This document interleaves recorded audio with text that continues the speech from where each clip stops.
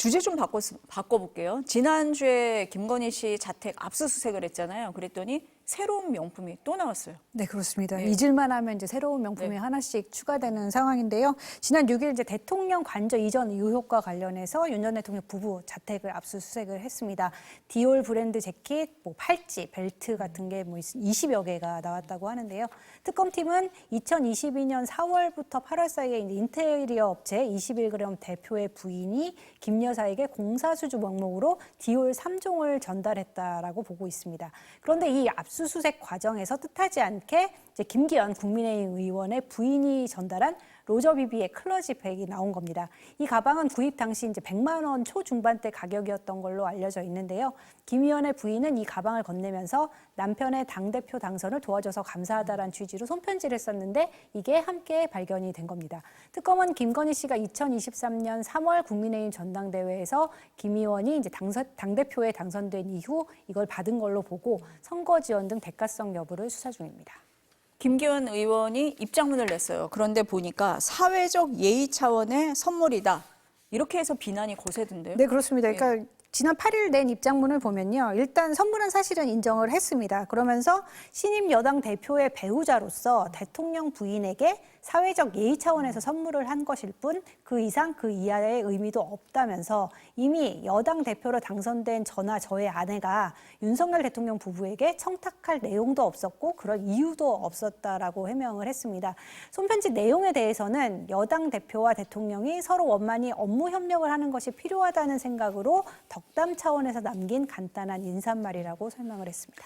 근데 그 2023년 3월 전당대회잖아요. 네. 그때를 이렇게 돌이켜 보면은 여론조사에서 김기현 당시 의원이 그렇게 순위가 높지는 않았거든요. 그래서 네. 뭐 윤심이 작용한 거 아니냐 이런 얘기가 많이 나왔어요. 네, 그렇습니다. 예. 그런 얘기 많았었죠. 그러니까 정치권과 특검이 이 가방을 특히 주목을 하는 이유는 대통령실이 영향력을 행사했다라는 의혹이 끊임없이 제기가 되어 왔기 때문입니다. 당시 국민의힘은 전당대회 경선률을 당원 70%, 국민 여론조사 30%에서 당원 100%로 룰을 바꿨습니다. 이를 두고 윤심 후보를 뽑기 위한 작업이라는 해석이 많았는데 김기현 의원은 말씀하신 대로 초기 여론조사 지지율을 저조하다가 친윤 핵심이었죠. 고 장제원 의원과 연대를 선언한 뒤에 친윤 진영의 전폭적인 지지를 받게 됐고요. 지지율이 높았던 나경원 의원을 향해서는 대통령실이 공개 비판하는 한편 또 친윤 의원들이 불출마를 촉구하는 연판장을 돌리기도 했습니다. 결국 나경원 의원과 원조 친윤이었죠. 권성동 의원은 불출마를 선언을 했고요. 김 의원은 이제 과반 득표로 당대표 선출에 성공했습니다. 변호사님은 어떻게 보세요? 이 도와줘서 고맙다라는 편지와 함께 명품백을 줬는데 사회적 예의 차원의 선물이다. 이해되십니까? 좀 A가 럭셔리하죠. 네. 그렇습니다. 네. 저는 사실 이 세상에 저렇게 많은 명품 브랜드가 있는지 몰랐고요. 많이 배우시죠? 네, 이걸 통해서 로저 네. 또 바꾸게 됐고, 다른 건보다 저는 이것은 범죄 혐의 규명이 조금 더 쉽지 않을까 생각이 듭니다. 말씀하신 것처럼 이제 아예 물증까지 나오지 않았습니까? 당대표 선거를 도와줘서 고맙다. 대통령 부인이 여당 당대표 선거를 어떻게 도울 수 있을까요? 대통령 부인이 여당 당대표 선거를 도울 수 있는 권한이 있을까요? 여당 당대표의 선거는 아까 그들이 정한 룰에 따르면 당원들이 100% 선거를 한다고 하는데 왜 그 대통령 부인이 거기에 대한 고맙다는 인사를 받는 것인지 여러 가지로 사실은 석연치 않은 부분들은 결국은 범죄 혐의에 연결될 수 있다. 정당법에 따라서는 이제 정당의 이런 경선이나 이런 과정들에 있어서 개입을 하거나 그 과정에서 영향력을 행사함으로써 이득을 얻은 자가 있다면 거기에 따른 형사처벌하는 명확한 규정이 있습니다. 그래서 이번 건은 그 명품 100도 명품 100이지만은 결국 그 안에 써 있는 손편지에서 어떻게 보면 이 사건의 본질이 되게 드러나는 것들이 들어있다라고 보여지고 거기에 따라서는 또 추가적인 수사와 기소들이 이루어질 가능성이 매우 높다라고 생각을 하고요. 참 그때도 좀 황당하기도 했지만 연판장에 돌리고 친윤 연대를 하고 그러니까 법과 제도와 질서들을 그런 방식으로 계속적으로 왜곡해가지고 틀어막는데 저는 그렇게 생각합니다. 그 손편지랑 백이 그대로 남아있지 않았습니까? 권력을 쥐고 있을 때는 그 권력을 잃을 거라는 생각을 도저히 하지는 않습니다. 예. 어찌 보면 되게 중요한 위험한 증거인데 증거인멸조차 안 하다가 이번에 걸린 것이죠. 이제 그런 부분에서 앞으로도 이제 그런 부분에 대한 수사와 기소들은 이루어질 것으로 보이고요. 여당 대표 선거라는 민의를 결정하는 굉장히 중요한 대의적인 관점에 있어서도 중대한 위법 행위를 했을 가능성이 굉장히 높다는 점에서 나머지 소위 국정농단급의 행위에 대한 수사 또한 앞으로 더 많아지지 않을까 싶습니다.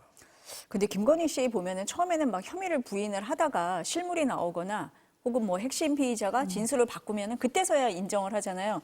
변호사님도 놀랐다고 하는데 명품 리스트 더 나올 거다 뭐 이런 얘기가 있어요. 네, 그렇습니다. 예. 이번에도 이제 말씀하신 대로 김건희 씨 측은 로저 비비의 가방 받은 사실은 인정을 했습니다. 하지만 대가성은 전혀 없었다라고 이제 똑같은 입장을 반복을 했는데요. 김 씨 측은 이제 어떠한 대가적 목적이 아닌 사회적 의례적 차원의 선물이었으며 또 어떠한 청탁도 없었다라는 입장을 반복을 했습니다. 그러니까 보석 심리를 앞둔 시점에서 특검이 무리하게 별건 수사를 진행하고 있다 이렇게 반발도 했습니다. 하지만 이 가방은 앞서 말씀드린 대로 이제 21g의 관저공사 관련 수사를 하다가 우연히 발견이 된 거고요. 이런 식으로 우연히 발견된 명품이나 사치품이 당선인 시절부터 벌써 10개가 넘습니다. 그러니까 2년 반이 넘는 기간 동안 대통령 부인이었으니까 이보다 더 많은 명품 선물이 있을 거라는 의심이 들 수밖에 없는 상황입니다. 이것도 논란인데 지금 윤 전 대통령 영치금도 논란이더라고요. 보니까 뭐 100일 만에 6억 5천만 원을 넘겼습니까? 네, 그렇습니다. 그러니까 윤 전 대통령이 재구속된 게 지난 7월 10일이었잖아요. 그래서 지난달 26일까지 누적 영치금을 살펴봤더니 6억 5천만 원을 넘어서면서 서울구치소 1위를 기록을 했다고 합니다.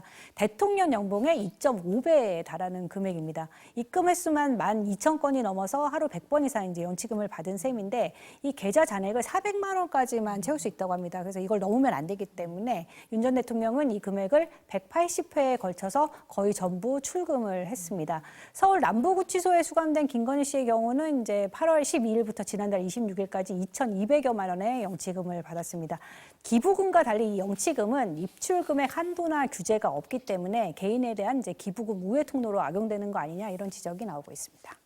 시간상 짧게 여쭤봐야 될 것 같은데요. 제도 개선 필요합니까? 어떻게 보세요, 변호사님? 네, 좀 개선이 필요하다고 생각하고요. 영치금은 원래는 이제 수감자의 생활에 있어서의 어려움을 해소하기 위해서 외부인들이 돈을 줄 수 있도록 하는 것이지 저렇게 슈퍼챗 받듯이 이제 기부금을 받으려고 하는 건 아닙니다. 근데 내란의 수개, 우두머리 혐의로 기소되어 있는 굉장히 중대한 범죄를 저질렀는데 저런 식으로 돈이 모여든다는 거는 얼마나 잠깐 정치 얘기하면 얼마나 우리 정치가 혐오, 그 자신이 혐오하는 대상을 증오하고 증오를 선동하는 사람한테 사람들의 지지가 모이고 그것이 힘을 발휘하는지 또 보여주는 씁쓸한 풍경이 아닐까 싶습니다.